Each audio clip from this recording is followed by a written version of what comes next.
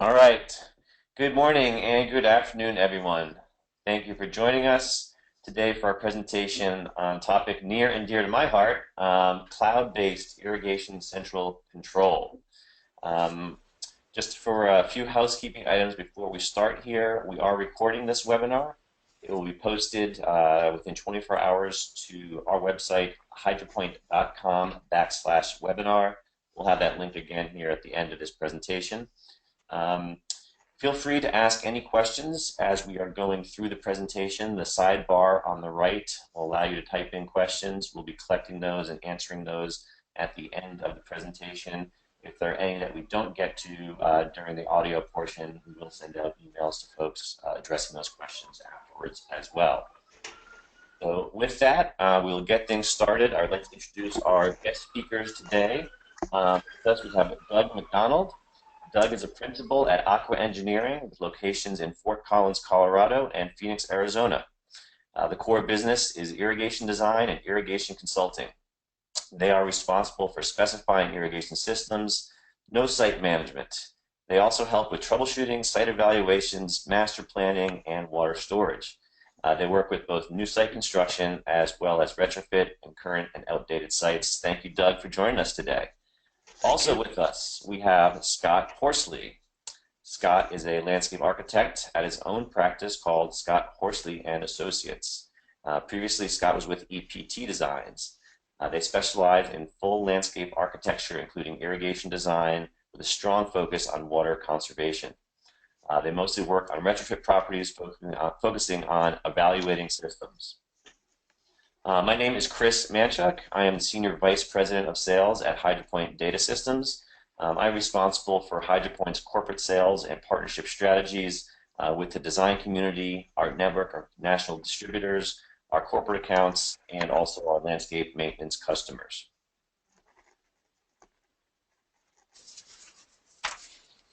HydroPoint, just a quick overview on HydroPoint. Our topic today is about central irrigation management using the cloud. We're going to keep it as best we can to be non-product specific, but I thought we'd give a little intro on HydroPoint and who we are for some context. HydroPoint is a 15-year-old company, and we are the manufacturer and service provider for the award-winning and EPA WaterSense certified WeatherTrack cloud-based central control solutions. Also, recently in June of this year, we had the good fortune of acquiring Baseline Systems, allowing us to increase both the breadth and depth of our central control offerings. We are very excited for the future of central control, what it has to offer, and the vision that everyone in the organization here, as well as the communities we interface with, are bringing to cloud-based irrigation control. We look forward to sharing with you some of that vision today with our guests, as well as some of our own thoughts about the industry and solutions as we move forward. So I thought we'd first start with just a quick look back at traditional central control before we jump into the cloud. Where are we coming from? So as many are familiar with the historical and traditional central control, a single computer living in the operations room in a trailer in a basement somewhere, tied to a network of phone lines or Ethernet lines or a local network of radio repeaters to get communications from that central computer somehow out to all your field controllers across a site, across multiple sites. And then you have other devices if you want to integrate weather. Again, having to have those devices somehow networked in and communicating. So much more of a site-by-site approach, hardware-heavy, network-heavy. A lot of work on the IT side. That was the general foundation for traditional central control. Moving forward, evolution of now central irrigation management via the cloud. So obviously, lots of things in our lives moving to the Internet of Things, moving to the cloud. From banking to controlling our thermostats. The world of irrigation now is no different. It's the Internet and the cloud is a great platform and tool for us to do all of our jobs more efficiently and share data with more people. Leveraging networks like AT&T and Verizon and existing networks that people invest billions of dollars in versus having to rely upon our own radio repeaters and own local networks. gives us a lot of flexibility and power to allow folks in the field to access from their tablet, from their laptop, from their smartphone, thus making the job of irrigation management easier, but also more importantly, increasing the role of central irrigation management. Getting that data to more people definitely increases what can be done, what knowledge can be distributed, and things that can be done well outside of just keeping your plants alive. So I want to take a minute here to just give a high level again to talk about some of the companies out in the world today that are currently leveraging the success of cloud-based solutions for their organizations. I like to think that smart irrigation control is a topic that we hear about a lot. To me, smart irrigation control is about making organizations smarter. People that use the technology become smarter. People that benefit from it become smarter organizations as a result. And that's not just about saving water. It's about distributing knowledge across the organization so that more people can do their jobs more easily. I want to just focus on one particular customer here, Walmart. Walmart is currently using cloud-based solutions across the country at over 1,600 stores, where they're able to centrally network, and from one computer or multiple computers anywhere that they can gain access, they can manage all their sites, all their stores through a single interface, and they can share data with literally hundreds of people in the Walmart organization, can get data on what's going on in real time. Those people don't have to log into any computer to do so. They get instant reports sent to their inbox. They get alerts in real time only about things that they care about. So it's the cloud allows us to do a very customizable approach to fit in with the workflows of existing organizations and not have to really shoehorn them into, again, the traditional central control single computer view, providing great flexibility for not only water management, which is the core, but also really site and overall organization management as well.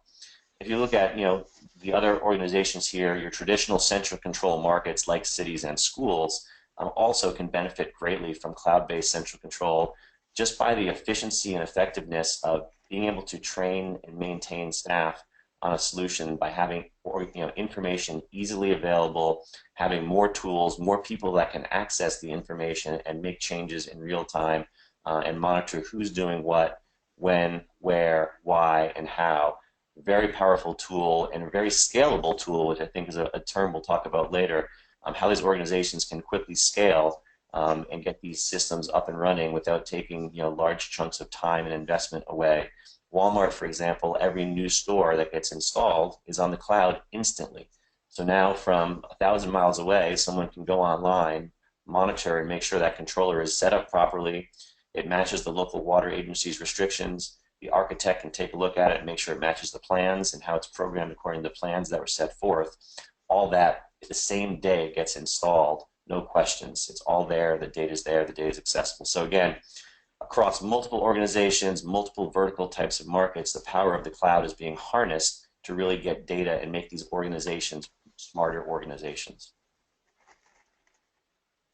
So, that comes down to really the people. Irrigation used to be, and central control used to be about one thing, really, kind of keeping plants alive, right? Managing the water source to make sure we can get the right amount of water to the plants, which is very important, don't get me wrong. But, for better or for worse, it's evolved. As water becomes more expensive, as people's time and labor becomes more expensive, the data, the elements, the information surrounding smart irrigation, surrounding water budgets, surrounding compliance with local restrictions, surrounding hitting water goals that a sustainability officer has communicated to Wall Street on what they're going to do around water and energy. All these different people in the organization now need access to real-time information around how their irrigation system, right, is performing. So that's what the cloud now provides, is easy access for all these people without causing people extra time and energy to go and find papers and run custom reports. Every one of these people right now could get a custom report sent to them instantly, and they have data at their fingertips to do their jobs smarter, faster, easier. And really that's where the cloud has been very powerful and will continue to be powerful as these smart solutions evolve. So, with that kind of backdrop, I'm now going to turn it over to Doug and to Scott to talk a little bit more about really what are the top 5 things that they look for as professionals in the industry when they are trying to evaluate cloud-based central systems for their customers and their projects. So the first point that we wanted to explore today was how well does any cloud-based system save time? So any central control, be it cloud-based or traditional central control, operational efficiency, time savings is core to the mission. So with that, I'm going to turn it over to Scott to go ahead and give us his take on how does systems save time and how you evaluate that, Scott. I'm sorry, Doug. I'm sorry, Doug. I had you first here, Doug. Sorry. No worries. So the ability to remotely access irrigation system from any web-enabled device is a very important feature. It means the irrigation manager can monitor system operation and alerts from wherever they're currently located as long as they have internet access.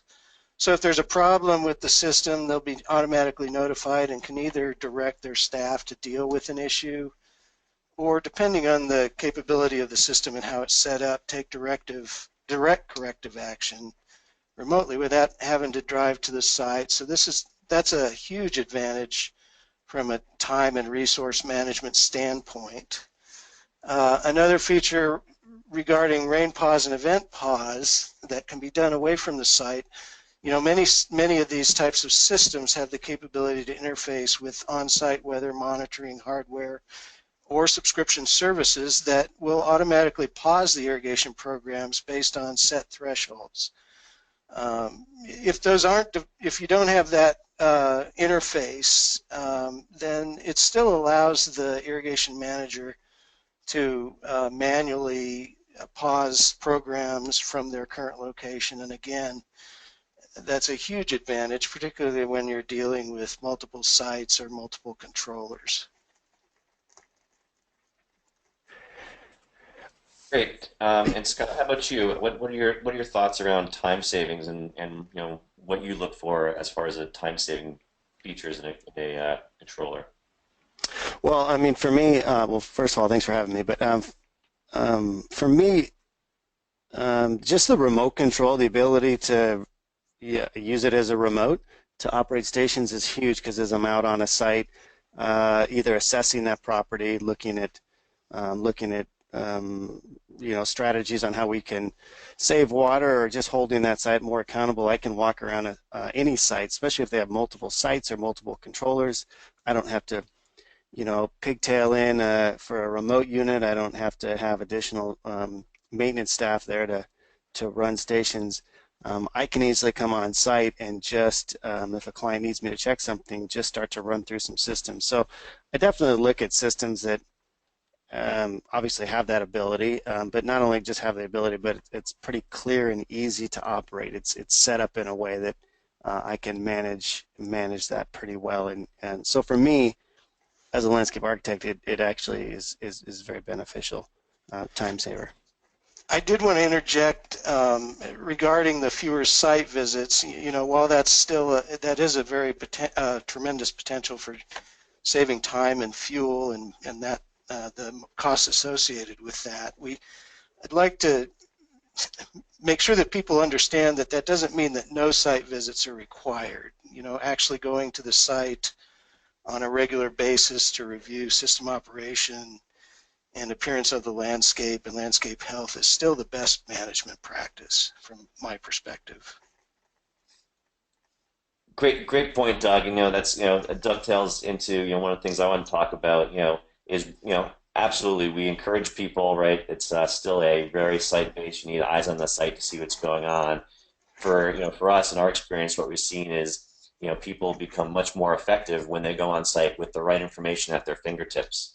And so, right, with a cloud-based platform, getting data to more people more quickly and having it there, very easy to access right before you roll the truck out, You can have a report instantly sent to you, and you have the data that you need so that you're not reinventing the wheel when you get to the site about an alert, about an alarm, a flow break.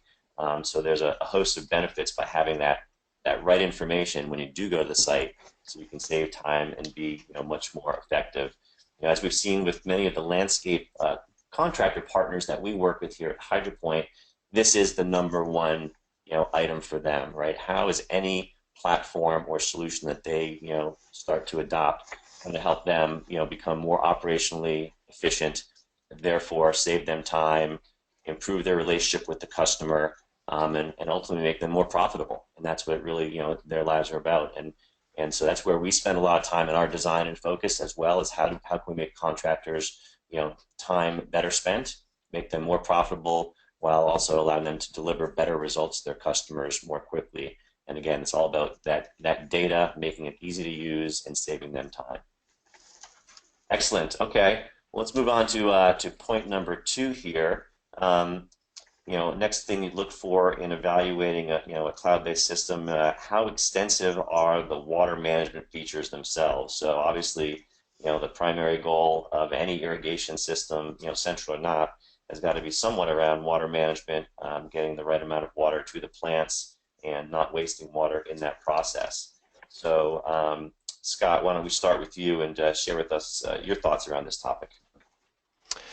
Yeah, so these central controlled systems, they have the ability to sort of take in a lot of data, whether it's ET data, flow sensor, soil moisture, all sorts of data or parameters that you put into them.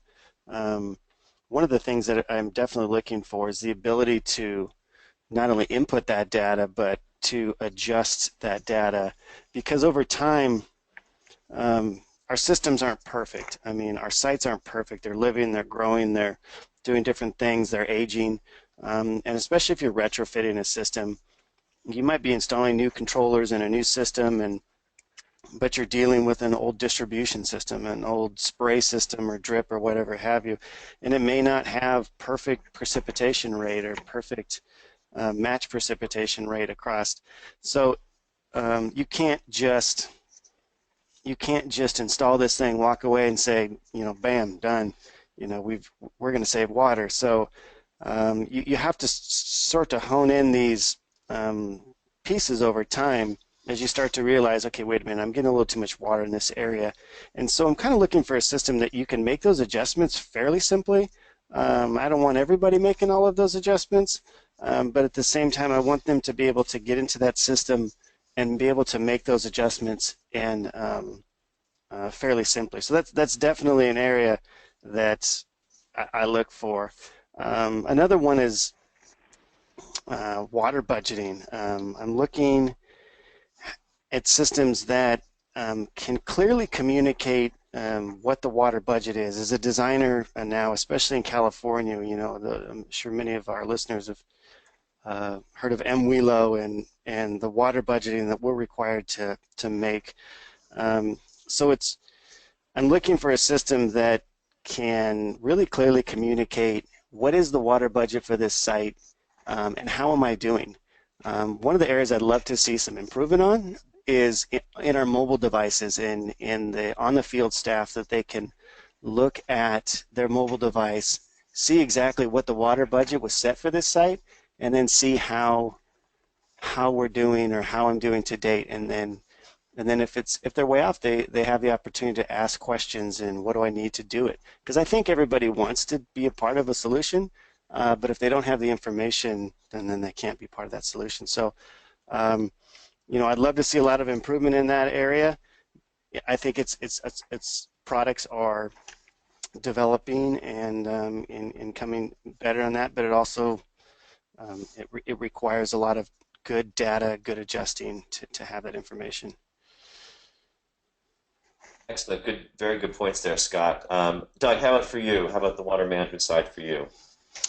Well, as you know, many of these systems are capable of interfacing with flow sensors so that you can develop a flow optimization and flow management strategy. And that's really important from a designer standpoint, because we design our systems to perform within a specific range of flows and pressures.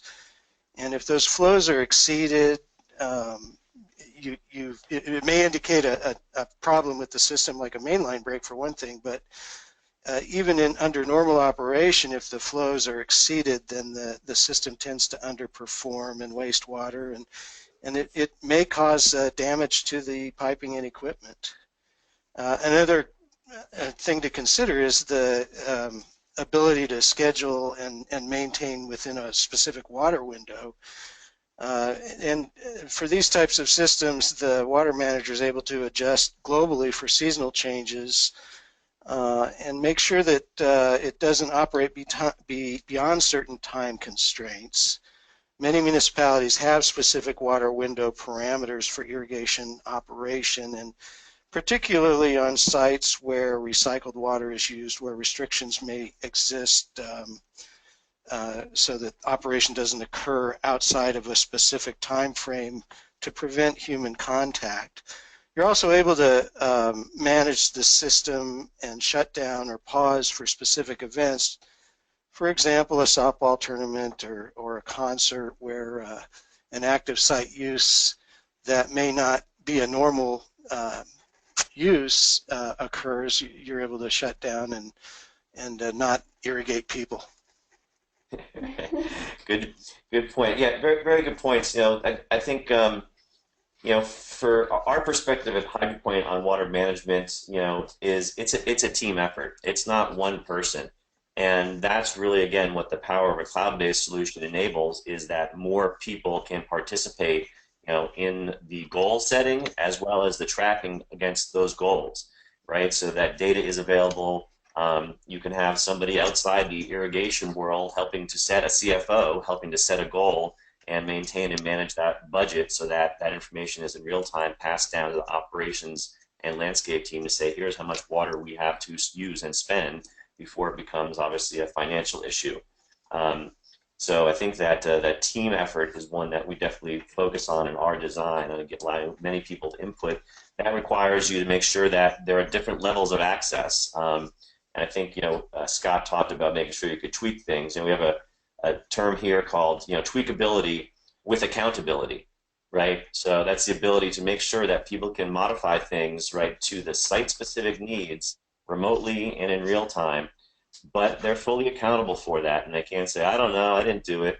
Everything you do is tracked. So managers can provide that access, that tweakability with full accountability to know who did what, when, and why.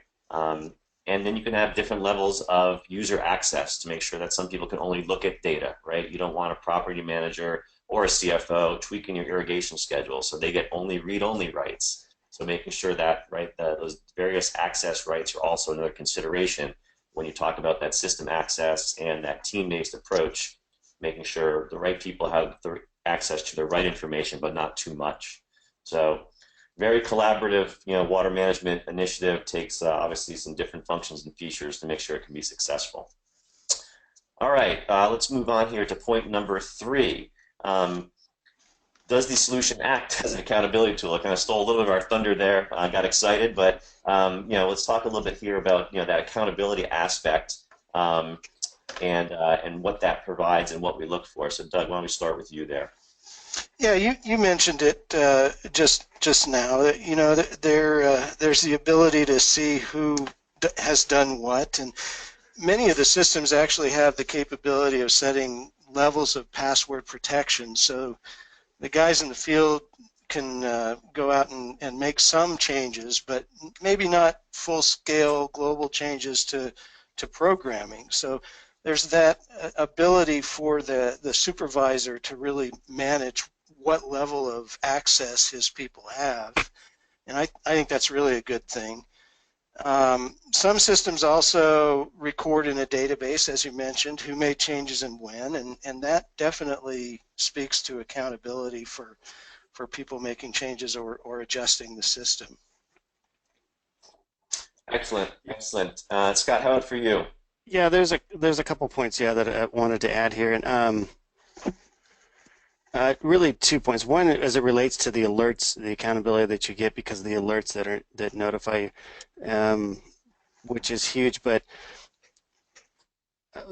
I guess the point that I wanted to make is how important it is to, when you're setting these systems up and when you're commissioning these systems, that they're actually set up correct. Often we as designers, we come in and we design the systems, they get installed, we punch walk the job, we make sure it's there, we look down, we see that the hydrometer or the master valve has been installed, because we see it in the field, but there's never been good testing done to actually watch it perform and watch it shut off the main line if we do simulate a mainline break. So um, I would say at least 50% of the time when I test systems that they think have been set up correctly, 50% of the time they have not been set up correctly. They look like they're good, but they're not. So that's a huge one. The other one I wanted to address is sort of talking to the ability who gets to see, who gets to access and see these systems. And I think we're getting better over time, but I was really seeing what I thought was personally a disturbing trend, which was those maintenance foremen in the field were sort of starting to get the message that you're not smart enough to operate these systems. You stay out, let us handle this. Um, and and I think it's a bad message. And Chris, you'd mentioned about the team approach, and I really feel like a lot of systems, we're taking that one point person who has the ability to potentially save more water than anyone and tell and communicate to them um, that you're not sophisticated enough to operate this system. So I think that we really need to look for systems that find a way to engage that person. Um, I don't think at all levels. They don't need to do everything. But that's when I go back to my point. Can we communicate where is it that we're trying to go? What is the budget that we're trying to save on our water, and how are we doing? And engage those people in it rather than communicate to them that, hey, you didn't get your bachelor's degree, or you didn't study irrigation enough to be able to help us with this system. So I think that we're starting to come around in that area. I think that systems got very complicated, but I think with the web-based systems, and I think we're getting a little better in that area. Absolutely. I mean, I think it's, again, it's part of how we view the world too, is that team-based approach. It has to be to try and, extract it all into one person's control gets a little bit cumbersome, and you're single-threaded. And we know how, things can tend to fail in that regard. Obviously, there are challenges when you open up access to more people. But again, that tweakability with accountability kind of theme that we have here really helps us to make sure that we're keeping things, between the white lines, not letting people too far out of bounds. And then, the training and the access, that's another thing that the cloud-based, tools allow for is, continual access to, real-time training as you're going into, right, look on your phone before you make a change, you hit your little, right, question mark icon, and it's got real-time videos linked to YouTube, right, to show you, hey, here's what you're about to do. Are you sure you want to do this? So the ability to bring, other types of media into the solution to train people in real time when they'll retain that training, I think has become a really vital part of any cloud-based solution. We've seen such great success with contractors really being receptive, both English and Spanish speaking, being able to access those little 30-second and 3-minute YouTube videos on, right, setting up their flow or just changing a start time so they don't mess it up. Simple things that give them the confidence to do things right, but not shut them out of the process, more engage them and give them the tools to succeed. So all very, very good points, gentlemen. Moving on to topic number 4 here. Does the system that you're looking at provide a true knowledge base? And what does that mean? Some of our corporate customers, as I visit, customers like Google and Apple and Walmart, who we work with extensively. I keep on hearing this term, corporate knowledge, corporate knowledge. How can you help us retain and enhance our corporate knowledge? Like, what does that mean? How does that relate to irrigation, right? What they're talking about is they've got so much information, so much invested in their landscape, so many, different contractors doing work. They want to make sure that everything that they're doing, even down to irrigation and water management and water bills and site walks, can be retained for more people in the organization to access and use that information as they need to, or for people that are coming 2 or 3 years from now to be able to look back and have a history about that corporate knowledge. What went wrong? Why did we have a flow break on that site? And how are we going to make sure we don't have that in the future? Why did we replace these 35 things last year, and how can we budget for that next year? Some of that is just corporate knowledge that you want at your fingertips when you're about to go into budgeting or other types of cycles. So that's really what I'm hearing as the need around this knowledge-based approach. But maybe I'll turn it over to you, Scott, and you can talk about what more you're looking for around the knowledge-based topic.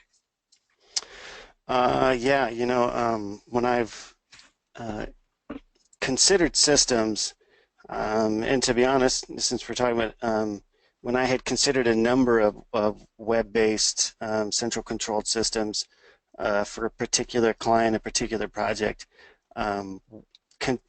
under this topic, one of the main things that I considered was training, because there's a huge staff turnover, and if these systems are sort of just put in place, and then the people that are accessing them aren't trained to do them, and it's kind of a foreign system to them, the likelihood is they'll do whatever they can to turn it off automatic, put it onto manual, go to the system that they know, and set run times. And so I was looking, and I thought, WeatherTrack has a great system and the ability to train staff. They have there's a great training infrastructure program that can do seminars and do training programs that can train new staff, train existing staff, so that they know these systems well. So that's a big one for me. The other point for me is just document management. And with these central control systems, especially the web-based ones, when it comes to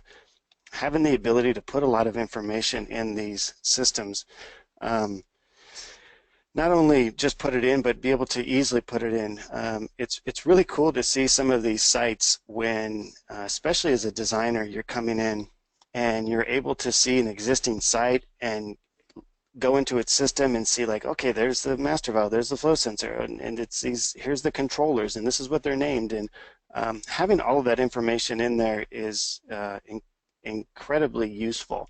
And so systems that have the ability to do that are great, but at the same time, they're only as good as the information that you put into them. So,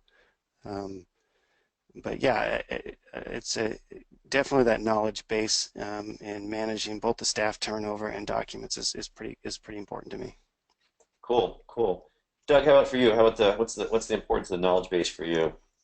Yeah, I think one of the great features is the ability to create a database for site assets like water meters, flow sensors, control valves, that type of thing. And as a designer, it really assists me in the capability of developing accurate record drawings too. And it also gives the owner an opportunity to monitor equipment lifespan for replacement and developing a capital expenditure budget. Just, you had mentioned that earlier, Chris.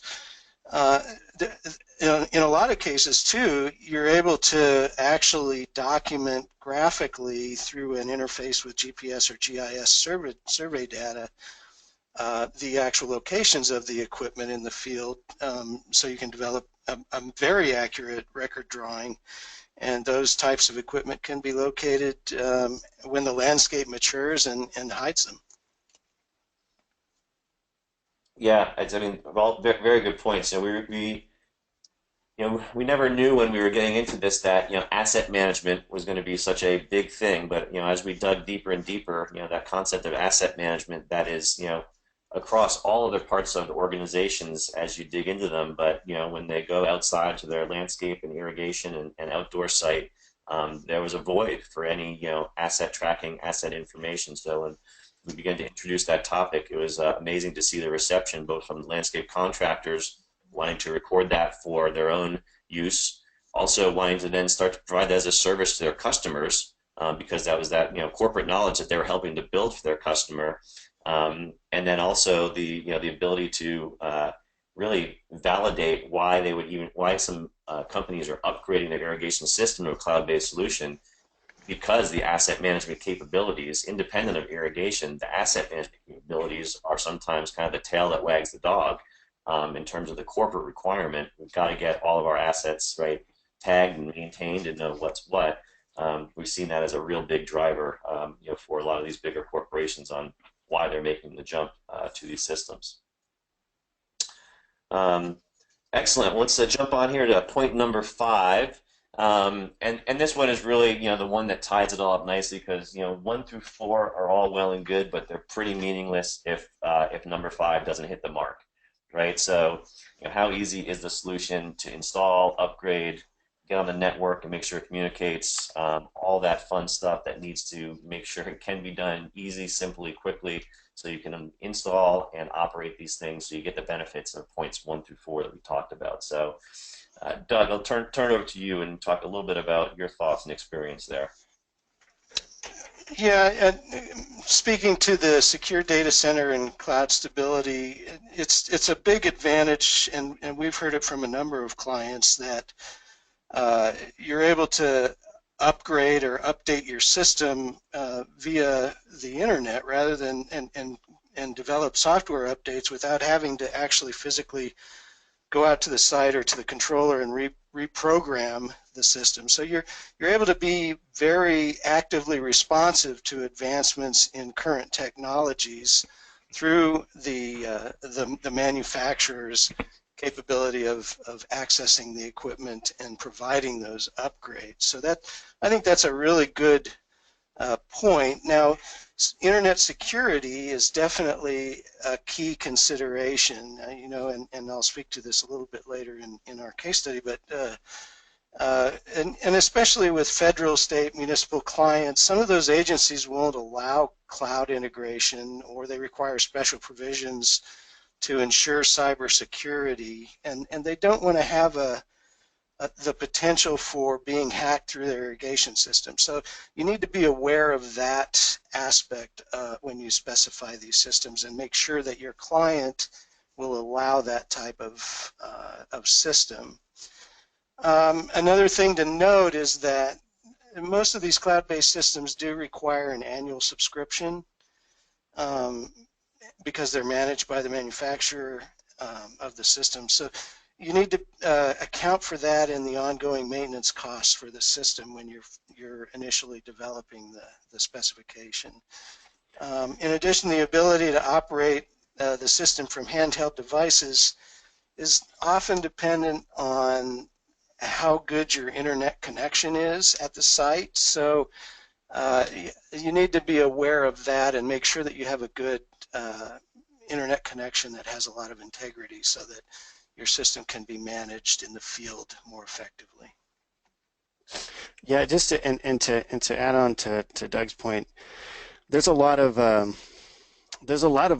web-based systems coming out in the market, and you guys have all probably seen brochures and ads and for all kinds of these smaller devices that either are Wi-Fi enabled, Ethernet, or internet. So I think some things that you got to really consider is the different connection types for the type of project or client that you have. So if you do sort of a direct connect Ethernet connection where you have an internet connection to your controller, it's assuming it's close to your source, it's an affordable option, but you're going to deal with some of the things that Doug mentioned, some of security issues, the firewall of that particular system.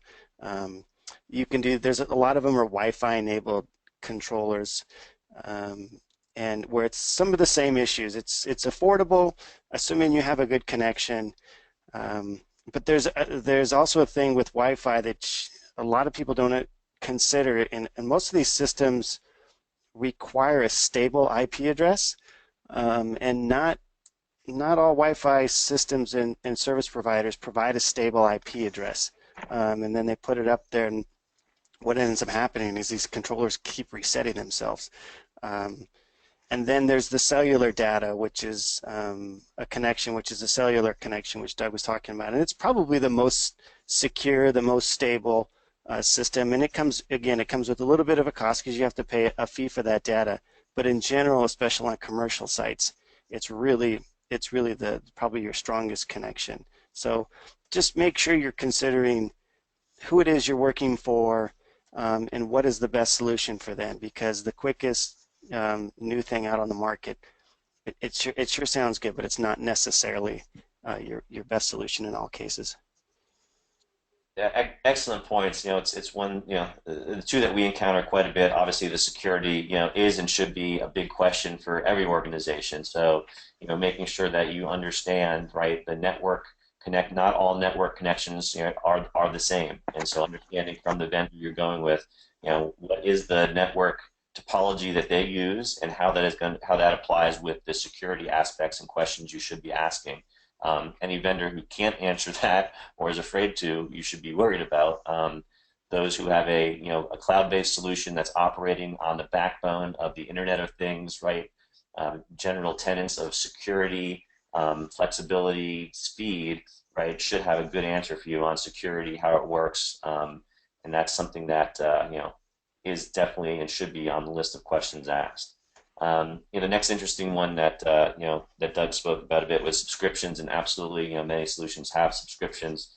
So I think it's important always to ask, what am I getting with that, right? So you can compare apples to apples.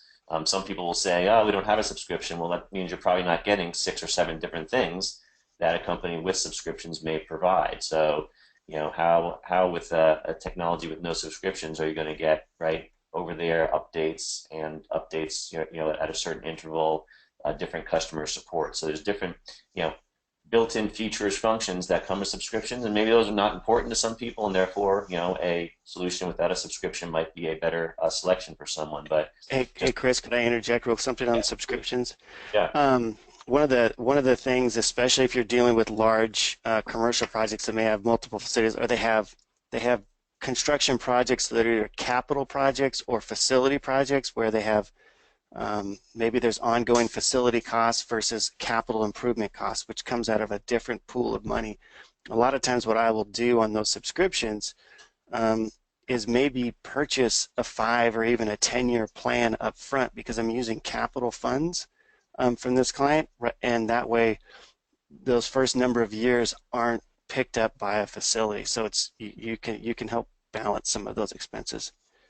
yeah, very good point. Many vendors and solution providers will provide those different bundles and packages at a discount rate and locks you into, right, today's costs as well, which is a benefit, and then removes that recurring operational expense. So very, very good point there.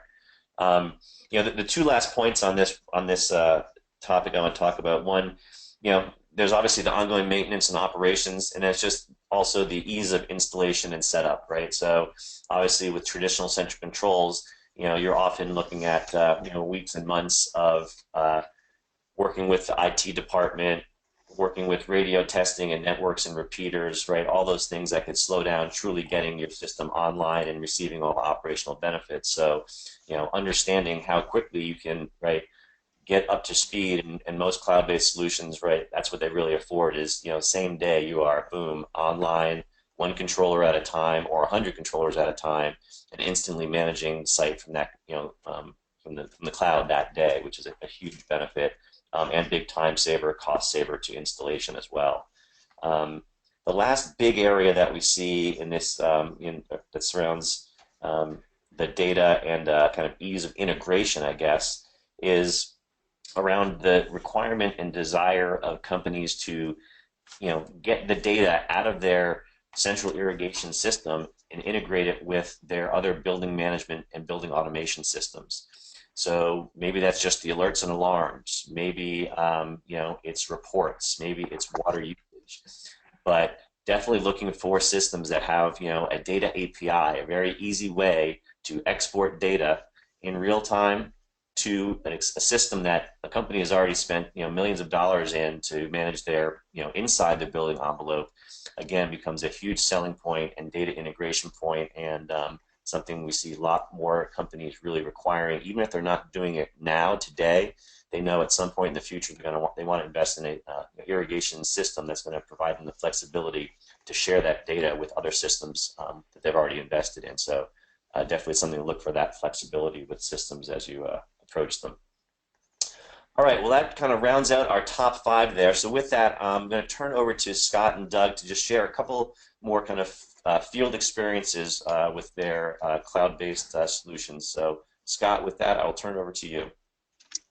Yeah, I'll try to be quick with these.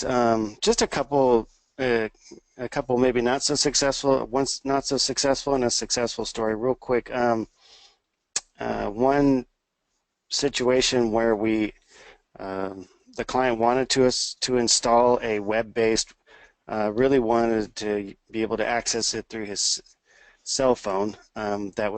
So we had proposed a particular system. This is probably 4 years ago, um, and ordered it all up, got everything installed, and then we started to connect to the internet, and the connection type was a direct connect Ethernet connection. It wasn't a cellular connection. So as we attempted to make that connection, um, the client IT department basically laughed at us and said, "Oh, you're not connecting that to our system."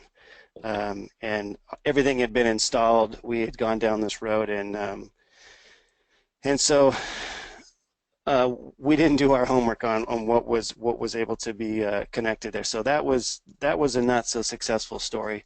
Um, Had we done a cellular data connection there, it would have been completely outside of their firewall and it would have worked perfect, but that's not what happened, so that didn't work. A story that I would say is a success was a site where we kept getting um, uh, the WeatherTrack system was reading a lot of single station high flow errors. Not a huge, not a lot, but we were getting a lot of errors that were maybe 25-30% over their normal flow rates. And so we were able to determine that on multiple stations that something was going wrong and there was a lot of leaking heads. And what ended up happening is we discovered that the pump on the system was basically surging and it wasn't ramping up at all. It was just slamming pressure into the system, and the pop-ups were hitting so hard that they were cracking the heads, and the heads would leak, so we would get this additional flow. Had we not had a system that could pick up on that flow and let us know, they would have continued to leak and leak until the point they leaked so bad that you could visually see it, flying up in the air. So it was good that we could see these alerts, and it at least got somebody out there to say something's going wrong, and we were able to fix it, pressure regulate that pump, and resolve that problem before there was too much water loss. So that's some not so good and some good. Excellent, excellent. Well, thanks, Scott. I appreciate you sharing those with us. Doug, how about for you? How about some real world experience here for us? Yeah, in preparation for this webinar, I actually contacted one of our municipal clients who's using a cloud-based system and has for a number of years, and asked him to give me his top three pros and cons, and they sort of mirror what we've talked about today. Pros are they don't have to own or update any expensive software programs. That can be done automatically through the subscription process. They don't have to own any expensive radio equipment or communication licenses. Really, they can operate everything from their phone via the internet. And as far as the downsides, there are just some concerns that he has a cellular phone technology tends to change frequently, and there may be a need to change the communication cards or the interface occasionally related to that. There is that upfront cost that tends to be more than just a standalone system, and the monthly communication fees and the subscription rates. And he's also, I don't think this has occurred, but if the ISP or his internet service provider goes out of business, or the rates get too high, then they might have to shut it down and just go standalone. So those are really the three pros and cons that I got from one of our clients. The other, again, getting back to the security issue, we do a lot of work with the VA, and different agencies within the federal government have different regulations for their own cybersecurity. And we've been doing a lot of cemetery projects for the VA, and we've tried to bring this type of a system on board with our specifications, but they refuse to allow that from a cybersecurity standpoint. Now, conversely, I know there's a project down at the Federal Center in Denver, and we didn't do the design, but they wanted, or they wanted to use a cloud-based system, and basically it required that every physical controller that was going to be installed on the site would be sent to one of the federal security agencies for testing to confirm that they would comply with the cybersecurity regulations for that agency. And actually, those were approved after that testing period. So it's possible, but you just need to really, there's a lot of coordination involved on the upfront when you're dealing with governmental agencies. Excellent, excellent. Well, thank you, gentlemen, so much for sharing, the top 5 and your field experiences there. With that, we're going to open it up now to some QA and see what folks in the audience have to ask. Perfect. So I have 2 questions. The first one came in. It says, have you noticed any hesitation from individuals to adopting any of this new technology? Yeah, I mean, I think change for anybody obviously causes some angst, and it's a new approach. I think we talked about a lot of the things today around different networking, around the subscription, which causes some a little bit of questions. I wouldn't say it's a roadblock, but it does cause questions. Why and what do I get for that? But it's amazing the depth and breadth of the different markets that are adopting it now, not just as early adopters, but really this is becoming the mainstream, right, specification. We talked about Walmart before. We look at some other customers like Google, Ford Motor Company, Fairfax County Parks, LA County Parks, right, making it the standard. Once they get over that hurdle of how do I adopt this new thing and they understand, it becomes a very simple standard for them to maintain and allow their organization to adopt. So, yeah, a little bit, but with the right education, not a hurdle at all. Doug, anything? Doug and Scott, anything for you on that topic? Well, I think that obviously the internet and the associated technologies associated with that are the norm these days. So. But again, getting back to the security issue, you really just need to understand what level of security your client is going to accept. Right, so that from that standpoint, there is some hesitation, I suppose. Good point.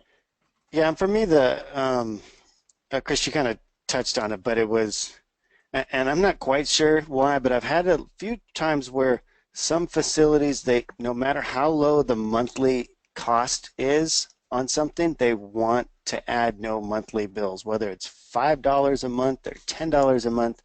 They just, they'd rather pay, $1,000 now to avoid that later. So it's been a weird sort of like, it's very insignificant expense for really what you're getting.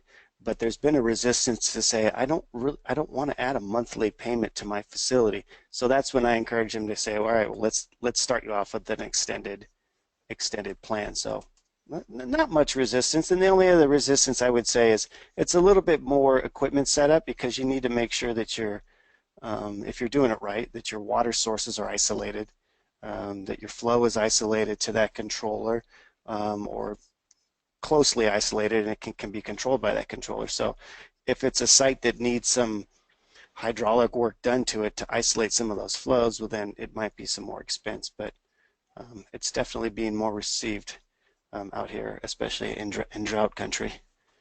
And I think the place where we see the most resistance, I guess you would say, is places that obviously have invested already in an older central control. If they already have a Maxicom or a Evolution system in there, because obviously they've got a heavy investment of time and money in that system. But I think when we are able to break it down and show the benefits of what the new systems can provide as far as flexibility and benefit, and compare the costs, you're able to break down those barriers, especially if it's, that central system's been there for more than 10 years and it's depreciated off the books.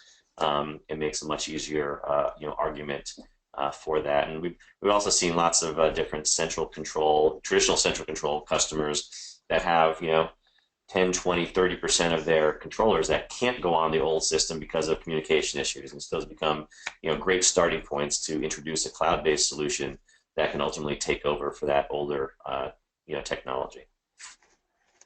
Okay, and we have one last question. How do these cloud-based central systems handle drought regions or states with water restrictions, such as water windows? Cool. Yeah, and that's a great one of the great features. I think we touched upon a bit, but some of the solutions, cloud-based solutions, have compliance capabilities built in. I can just speak to my experience with obviously our WeatherTrack product that has basically a compliance manager, and that's the ability with a single click to see, Walmart can run this for all their 1,600 controllers with a single click. They're able to see if they're in compliance with water regulations in Florida, water regulations in California, water regulations in Arizona. Instantly get a report of which controllers are not in compliance, which programs or stations are not in compliance, and then they can remotely reprogram those as they want to. So we definitely see the compliance word becoming something that's definitely driving a little bit more awareness, making irrigation decisions part of a bigger company decision, outside of just, again, the water management, the plant management. So there's definitely cloud-based tools that can provide great capabilities around compliance. Doug and Scott, how about you? Any experience or thoughts around the compliance aspect? Yeah, I mean, I think you pretty much hit it, Chris. But I mean, I would say most of the systems have some level of compliance, whether it's pretty basic where you enter non-wind, days that you're not allowed to water, basic restrictions, up to a little bit more sophistication, like you're talking about with the WeatherTrack system, to where you can make sure that you're in compliance for certain regions. It's I think it becomes even more important that your system is able to look at a lot of parameters and look at a lot of flows as you get very restricted. Because as you get very restrictive, you now need to start managing your water even tighter, because you've got a huge investment in the landscape, and so you really need to be able to water. You're now down to the nitty-gritty of managing your system. And if you have a system that isn't really dialed in that well, once they cut you down to 2 days a week in the summer, you're going to lose stuff. You just are. You're going to start to lose that investment. So having a system that you can really fine tune, it becomes even more important as those regulations get. No, yeah, it's a good point. That accountability and telling you if you're out of compliance is only as good as the tools that allow you to tweak it in and make sure that you can get all that water down that you're now allowed to use. Yeah. And also tracking what you have actually used and giving you advance warning to when you're getting close to your budget, so that you can, make those kinds of adjustments or drought response techniques to avoid a penalty of some sort. So. Excellent. All right, well, we are bumping up against our 1 hour window here, so I just want to say thank you to all of our attendees, and thank you to our guest speakers, Doug and Scott. Great job, gentlemen, and look forward to the opportunity to meet with any of the attendees in person. Please, if you have any questions for HydroPoint, you can contact me, Chris Manchuk, at the email here. I'm happy to set up a meeting with one of our regional people. If you have any questions for Scott or Doug, their contact information is here. Please feel free to reach out to them directly. And once again, this webinar has been recorded and will be posted in 24 hours to the hydropoint.com/webinar page. Thanks, everyone. Have a great upcoming holiday, and look forward to seeing you all in the market in 2017.